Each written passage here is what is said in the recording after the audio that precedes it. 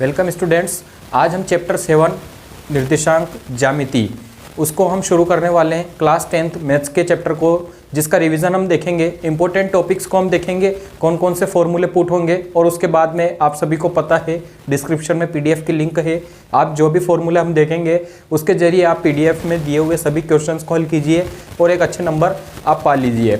हम बात करें चैप्टर 7 की, तो चैप्टर 7 में 3 क्वेश्चन आपको एग्जाम में पूछे जाएंगे। एक क्वेश्चन आपके 1 नंबर में ही होगा, दूसरा क्वेश्चन आपके 2 नंबर का होगा और तीसरा क्वेश्चन आपके 3 नंबर का होगा। ऐसे करके आपसे 6 नंबर के क्वेश्चन आपको इस एग्जाम में पूछे जाएंगे, जो कि बोर्ड एग्जाम राजस्थान बोर्ड का होने वाला है। पहले क्वेश्चन की हम बात करें तो 1 नंबर में ऑब्जेक्टिव क्वेश्चन आएगा। दूसरे क्वेश्चन की हम बात करें तो कोई सा भी सूत्र के द्वारा वो क्वेश्चन हल करवा सकता है। और तीसरे क्वेश्चन की बात करें तो 3 नंबर में एक क्वेश्चन आपसे पूछा जाएगा। 3, 2, 5 और 1 6 नंबर का आपके चैप्टर है। 3 क्वेश्चन आपको कंप्लीट करने हैं। तो आइए शुरू करते हैं। हम बात करें निर्देशांक ज्यामिति की, तो निर्देशांक ज्यामिति मतलब 2 अक्षों के बीच में जो निर्देशांक हम डिनोट करेंगे उसको कहते हैं अपन निर्देशांक ज्यामिति। इस तरीके से आपको निर्देशांक ज्यामिति का पता होना चाहिए। अब इस निर्देशांक ज्यामिति के अंदर हम देखें तो ये होता है अपना एक्स अक्ष, इसको कहते हैं हम वाई अक्ष, और ये 2 प्रकार के अक्ष आपके इस चैप्टर के अंदर हैं। अब एक्स अक्ष को ही हम निर्देशांक का भुज कहते हैं और वाई अक्ष को हम निर्देशांक की कोटि कहते हैं। अब आपको जब वो क्वेश्चन देगा तो एक्स और वाई 2 प्रकार के निर्देशांक आपको दिए जाएंगे, जिसमें एक्स हमेशा अक्ष जो होता है वो भुज होता है और वाई हमेशा कोटि कहा जाता है। तो आपसे कहा जाए कि भुज और कोटि बताइए, तो भुज तो आपको एक्स का निर्देशांक बताना है और वाई हमेशा कोटि के रूप में बताना है। हम बात करें इनकी दूरियों की, तो इस बिंदु की एक्स अक्ष से दूरी कितनी है, तो वो हमेशा क्या होगा, y का मान होगा। जो y का मान आपको दिया हो वही उसका मान हो जाएगा। और कहा जाए कि इस बिंदु की y अक्ष से दूरी कितनी है, तो वो हमेशा x का मान होगा। x के मान को अपन को लिखना है। ये तो हुआ आपके भुज, कोटि, निर्देशांक, x अक्ष और y अक्ष। अब देखते हैं हम दूरी सूत्र को। हम बात करें दूरी सूत्र की, तो 2 निर्देशांक 2 बिंदु आपको a और b दिए हुए, इनके बीच की दूरी अगर आपको निकालनी है तो उसको निकालने के लिए आपको क्या लिखना है, दोनों के बीच की दूरी के लिए आपको लिखना है ab बराबर, फिर आपको लगाना है मोड का निशान। आपके सूत्र में अगर मोड नहीं लगा हुआ है तो इसका मोड का मतलब क्या होता है मैं बता दूंगा अभी। मोड का निशान आपको लगाना है, फिर अंडर रूट, और अंडर रूट के बाद में x2 जो दूसरा बिंदु है उसका x निर्देशांक जो है वो अपन को लिखना है x2, और उसमें से पहले बिंदु के x निर्देशांक को घटा देना है, मतलब x1। x2 में से x1 घटा दिया, उसका whole square plus y2 minus y1 का होल स्क्वायर। y वाले निर्देशांक में से इस वाले y के निर्देशांक को घटा देंगे और जो होल स्क्वायर बनेगा उस पूरे का अंडर रूट हम निकाल देंगे। तो ये होता है दोनों के बीच की दूरी का सूत्र। अब आपको पता हो दूरियां कभी भी माइनस में नहीं होती, इसलिए यदि बाई चांस कोई दूरी आपके माइनस में आ जाती है तो उसके लिए हमने यहाँ पे मोड लगा दिया। मोड का मतलब है कि माइनस वाली संख्या प्लस में बदल जाएगी, इतना सा इस मोड का काम है। तो ये हो गया आपके दूरी सूत्र। दूरी सूत्र किसके बीच का, 2 बिंदुओं के बीच के दूरी को निकालने का सूत्र होता है।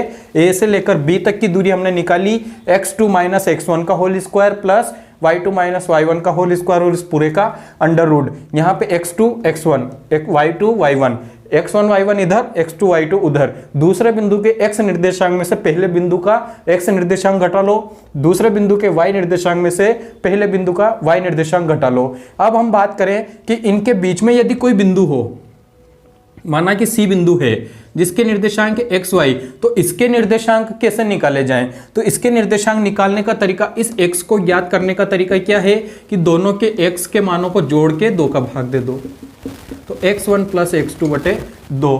यदि y का मान निकालना है तो y बराबर y1 प्लस y2 बटे 2। ये होता है मध्य बिंदु के निर्देशांक ज्ञात करने का फॉर्मूला। यदि आपसे कहा जाए मूल बिंदु क्या होता है, मूल बिंदु होता है 0,0। 0,0 से किसी बिंदु की दूरी ज्ञात कीजिए। मतलब जब आपके ग्राफ बनता है तो ये होता है मूल बिंदु, और यहां से इस a की दूरी हम ज्ञात करें तो भी अपन कैसे ज्ञात कर सकते हैं, हम मूल बिंदु के दूरी ज्ञात करने के लिए हम लिख सकते हैं मूल बिंदु O से लिखते हैं और कोई बिंदु A है, उसकी दूरी अगर अपन को ज्ञात करनी है तो x का स्क्वायर प्लस y के स्क्वायर का अंडर रूट निकाल देना, तो वो क्या हो जाता है, मूल बिंदु से किसी बिंदु की दूरी, 0 0 से किसी बिंदु तक की दूरी, उसका सूत्र ये होता है।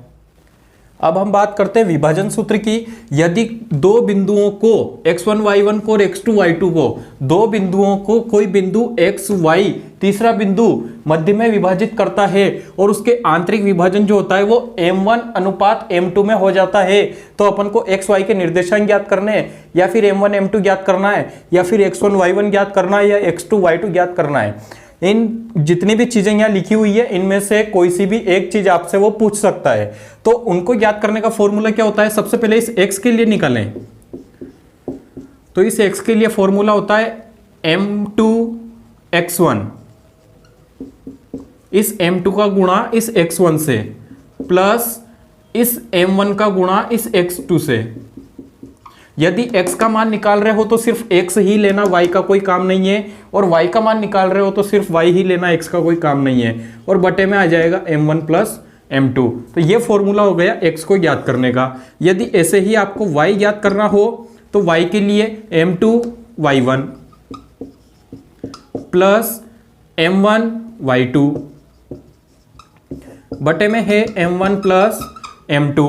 इस तरीके से अपन को ज्ञात करना है। क्या करना है, जो अनुपात है उसको x में गुणा कर लेना, जो अनुपात है उसको x के दूसरे चर में गुणा कर लेना, बटे में m1 प्लस m2 के योग का भाग दे देना। तो इस तरीके से हो जाता है ये अंतः विभाजन। ये होता है अंतः विभाजन ज्ञात करने का फॉर्मूला। यदि आपको बाह्य विभाजन करना है तो ये जो प्लस के निशान है इनको माइनस के निशान बना देना, तो ये हो जाता है बाह्य विभाजन।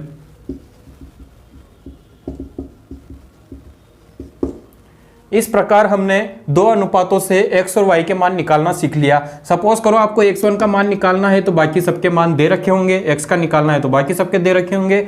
स्पेशल ध्यान क्या रखना है, x1 y1 यहाँ होता है, x2 y2 यहाँ होता है, और x और y यहाँ पे होते हैं। इस चीज का ध्यान रखना। यदि आपको कह दिया जाए कि किस अनुपात में ये दोनों निर्देशांक विभाजित होते हैं, वहां पर m1 m2 आपको नहीं दिया जाए, ये दोनों ही मान नहीं दिए जाए और ये मान भी नहीं दिया जाए, और आपसे कह दिया जाए कि ये जो दो बिंदु है ये किस अनुपात में विभाजित होते हैं, तो आपको मान लेना है कि माना k अनुपात 1 में विभाजित होते हैं, और उसके बाद में आपको k का मान इसी फॉर्मूले से ज्ञात कर लेना है, तो आपके आंसर आ जाएगा। कोई प्रश्न ऐसा भी आता है जिसमें कह दिया जाए कि आपके बिंदु A, B व C से समदूरस्थ है, तो उसको किस प्रकार से डायग्राम बनाना है, आपको बीच में A लेना है और A से दो बिंदु खींच देने हैं, B यहाँ पर, C यहाँ पर, A यहाँ हो गया। अब आपको इसको हल कैसे करना है, A से B तक की दूरी निकाल लो, बराबर होगी B से लेकर C तक की दूरी, और दोनों में दूरी सूत्र लगा दो, आपका आंसर आ जाएगा। उसने समदूरस्थ कहा मतलब समान दूरी, तो A से भी उतनी ही B की दूरी और A से भी उतनी ही C की दूरी। नेक्स्ट टॉपिक है आपके त्रिभुजों के क्षेत्रफल का सूत्र। त्रिभुजों के क्षेत्रफल कैसे निकालेंगे, हम जानते हैं त्रिभुज में 3 भुजाएं होती, 3 कोण होते हैं, मतलब 3 शीर्ष हो जाते हैं। तीनों शीर्षों से अपन को त्रिभुज का क्षेत्रफल निकालना है। तीनों शीर्षों के निर्देशांक मैंने लिख दिया, x1 y1, x2 y2, x3 y3। अब यहां से त्रिभुज के क्षेत्रफल का सूत्र निकालें, वो होता है 1/2 कोष्टक, आपको x1 लेना है। सबसे पहले लिया x1, इसके गुणा में लिखना है। यदि आप x1 लिख रहे हो तो x1 के साथ y1 कभी भी नहीं आएगा, y1 के बाद जो बचा हुआ है वो आएगा y2 माइनस y3, फिर प्लस x2, x2 भी हमने लिख दिया तो y2 नहीं आएगा, y2 के बाद होता है y3 minus y1, plus x3 तो y3 नहीं आएगा, y1 माइनस y2। और इस तरीके से आपके त्रिभुज को ज्ञात करने का, क्षेत्रफल ज्ञात करने का सूत्र बनता है कि 1/2 x1 के साथ गुणा में क्या है y2 minus y3, plus x2 के साथ गुणा में क्या है y3 माइनस y1, और x3 के साथ गुणा में क्या है y1 माइनस y2। इस तरीके से आपको त्रिभुज का क्षेत्रफल निकालना है। त्रिभुज का क्षेत्रफल निकालने के बाद यदि कह दिया जाए कि बिंदु संरेख हो तो वो कैसे ज्ञात करेंगे। अगर बिंदु संरेख होते हैं तो त्रिभुज का क्षेत्रफल बराबर हो जाता है 0 के, तो वो हो जाता है बिंदुओं के संरेख होने का प्रतिबंध। यदि इसके बराबर 0 आ जाए, आप इसका क्षेत्रफल निकालो, बराबर 0 आ जाता है तो बिंदु संरेख है, या फिर क्षेत्रफल के बराबर में 0 लेकर चलो तो भी आपके बिंदु संरेख हो जाएंगे। संरेख की बात जब भी आए जब आपको त्रिभुज के क्षेत्रफल के बराबर में 0 लेकर चलना है। अब आपको कहा जाए कि इस त्रिभुज का केंद्रक ज्ञात कीजिए, इसका केंद्रक ज्ञात कीजिए, तो केंद्रक को ज्ञात करने के लिए क्या करना है, x1 x2 x3 तीनों को जोड़ के 3 का भाग दे लेना, और फिर दूसरा चर क्या है, y1 y2 y3 तीनों को जोड़ के 3 का भाग दे लेना। तो इस तरीके से आपको जो दो निर्देशांक मिलेंगे वो होंगे त्रिभुज के केंद्रक के रूप में, कि केंद्रक के निर्देशांक क्या होंगे, ये होंगे। इस तरीके से आपके चैप्टर कंप्लीट हो जाता है। कुछ चीजें और है वो मैं आपको बता देता हूं, जैसे आपको आकृतियां अगर सिद्ध करनी हो, एक वर्ग दिया हो तो वर्ग की चारों भुजाएं बराबर होती है, दोनों विकर्ण बराबर होते हैं। फिर होता है समचतुर्भुज, तो समचतुर्भुज में चारों भुजाएं बराबर होती है। आयत होता है तो आयत में आमने सामने की भुजाएं बराबर होती है, तो उनकी दूरी बराबर कर सकते हैं अपन, और उनके विकर्ण बराबर हो जाते हैं। उसके बाद समांतर चतुर्भुज की बात करें तो आमने सामने की भुजाएं बराबर होती है और मध्य बिंदु उनका समान होता है समांतर चतुर्भुज में, ठीक है। उसके बाद हम बात करें समांतर चतुर्भुज आयत नहीं होता है तो फिर हमें क्या करना है, उसके लिए विकर्ण बराबर नहीं होते हैं। इस तरीके से अपन को सारे चित्र को बना लेना है। तीनों बिंदु के संरेख होने का प्रतिबंध मैंने बता दिया कि क्षेत्रफल बराबर 0 होता है। तो इस तरीके से आपके चैप्टर 7 में आपको कुछ इंपॉर्टेंट्स यही हैं जो कि आपको हल करने हैं, यही फॉर्मूले लगाने हैं, पूरा चैप्टर हल हो जाएगा। और पीडीएफ आपको दे दी गई है तो उसमें से आप क्वेश्चंस को कीजिए। मिलते हैं नेक्स्ट चैप्टर्स के साथ, तब तक के लिए बाय।